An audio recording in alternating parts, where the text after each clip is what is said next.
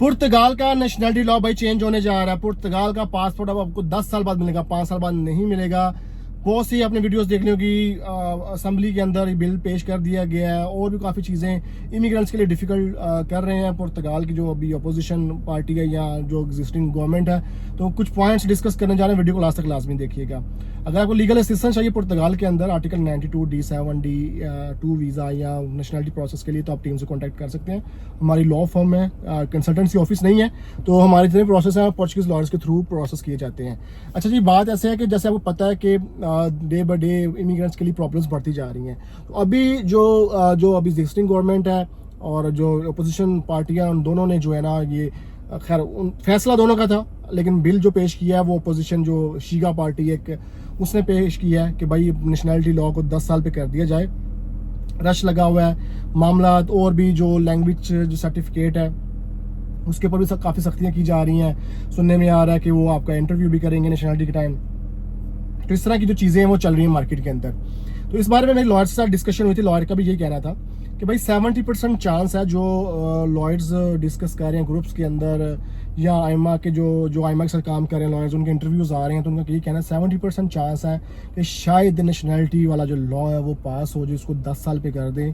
और अगर ये 10 साल पे हो जाता है तो फिर भाई पुर्तगाल में धक्के खाने का आपको फ़ायदा नहीं है। फिर आप अपना एक हॉनेस्ट एडवाइस आपको दूंगा इस वीडियो के अंदर कि आप 5 साल पूरे करने के बाद अपना परमानेंट रेजिडेंस अप्लाई करें या लोगो कार्ड 00 वाला अप्लाई करें, दूसरी किसी कंट्री में जाकर सेटल हो जाए। देखिए पैसा भी चाहिए। पुर्तगाल के अंदर जो मिनिमम जो सैलरी है वो 870 यूरो है। तो 870 में आप जो पुर्तगाल में रह रहे हैं उनको पता है कि भाई क्या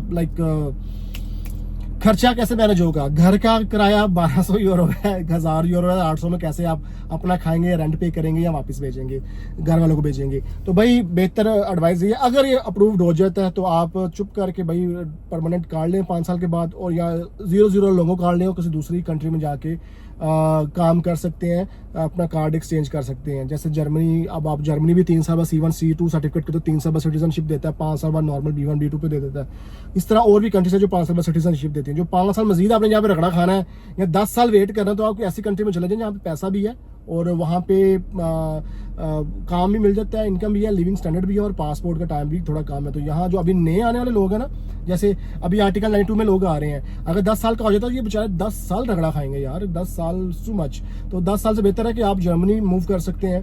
जर्मनी में आप 3 C1 C2 करते 3 साल बाद सिटीजनशिप ले लें या नॉर्मल वे में 5 साल बाद सिटीजनशिप ले लें। जर्मन स्ट्रॉन्ग है, काम भी है। जैसे पुर्तगाल में हालात हैं वैसे नहीं है, बहुत खुशहाली हुई वहाँ पे। अगर आप काम करने वाला बंदा हो तो नॉर्मल अनपढ़ बंदा भी भाई रेस्टोरेंट में काम करे 2000-2500 तो कमा ही लेता है। जब आप लीगली वहाँ पे जाएंगे, आपके पास TRC पुर्तगाल की, इसके भी पे आप वहाँ पे रेजिडेंस परमिट अप्लाई करेंगे तो आप लीगली वहाँ पे ट्रैवल करके जा सकते हैं। फिनलैंड जा सकते हैं, नॉर्वे, डेनमार्क, नीदरलैंड, बेल्जियम आप जा सकते हैं TRC लेके। ऑफ कोर्स ये कन्वर्ट नहीं होता टेम्परेरी कार्ड, ये उसके भी पे आप वहाँ पे अपना कार्ड नया प्रोसेस करके ले सकते हैं।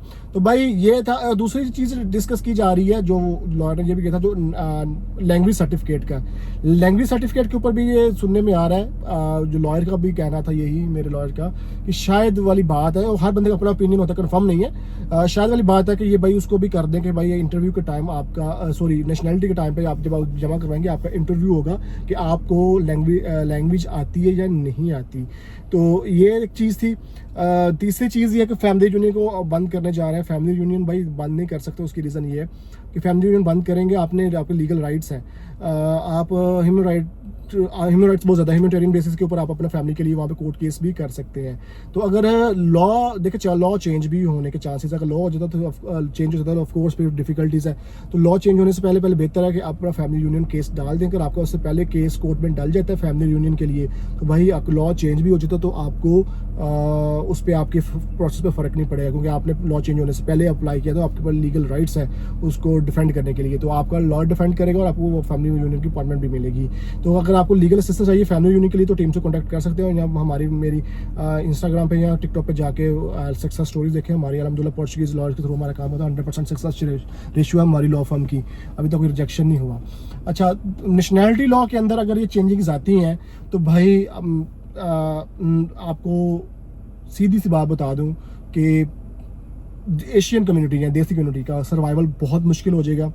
ऑलरेडी लोग यहाँ से भाग चुके हैं, बहुत से लोग कंट्री लीव कर चुके हैं, एशियन, इंडियन, पाकिस्तानी, बंगाली जो सेटल्ड लोग थे या समझदार थे वो कंट्री लीव कर चुके हैं। अभी हमें जॉब्स जो हैं वो पोर्चुगीज़ लोग जॉब नहीं देते।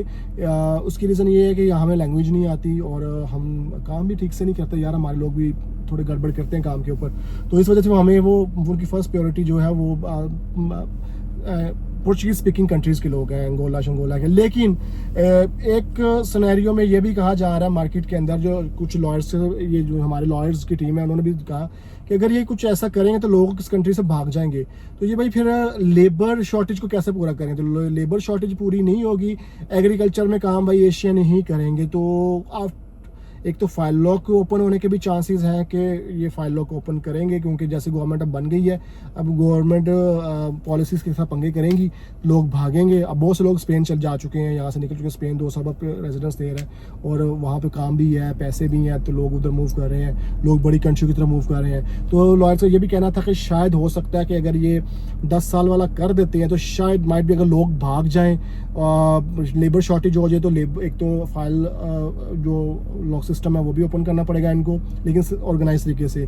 और माइट भी अगर ये करते हैं नेशनलिटी लॉ चेंज और उसकी वजह से इनको कोई फ़र्क, इनकी इकोनॉमी में कोई हलचल हुई, तो शायद उस लॉ को रिवर्स भी कर सकते। तो ये भी कुछ पॉइंट्स थे तो जो आपका जाना बहुत ज़रूरी है। लेकिन समझदारी यही है कि ये लॉ पास हो जाता तो भाई अपना 0-0 वाला परमानेंट कार्ड लें और यहाँ से एग्जिट कर दें दूसरी कंट्री। और भी बहुत सी यूरोपीय कंट्री जहाँ पे 5 साल बाद पासपोर्ट मिलता है। तो ये थी आपको इंपॉर्टेंट अपडेट देनी थी। बाकी भाई वीडियो को लाइक शेयर लाजमी करें कि मैं अगर ट्रैवलिंग में पाकिस्तान में हूँ तो इसलिए थोड़ा सोशल मीडिया से कट ऑफ हूँ। हमारे अल्हम्दुलिल्लाह पाकिस्तान से पुर्तगाल के 2 D7 वीज़ाज़ लग चुके हैं हमारे इंशाल्लाह मैं आपको वेरी सून क्लाइंट्स के साथ जो हम उनको मिलने जा रहे हैं, उनको जैसे क्लाइंट से मुलाकात होती है तो इंशाल्लाह आपको D7 वीज़ा भी दिखाते हैं स्टैंप हुए में पासपोर्ट के ऊपर, और उनको मुबारकबाद भी देंगे। फिर कमेंट्स के अंदर आप लोगों ने मुबारकबाद भी देनी है। वीडियो को लाइक शेयर कमेंट लाजमी कर दे करें। अगर आपको लीगल असिस्टेंस चाहिए D7 D2 वीज़ा के लिए तो आप टीम से कॉन्टैक्ट कर सकते हैं। मिलते हैं नेक्स्ट वीडियो में एक नई इन्फॉर्मेशन के साथ जी। अल्लाह हाफिज़।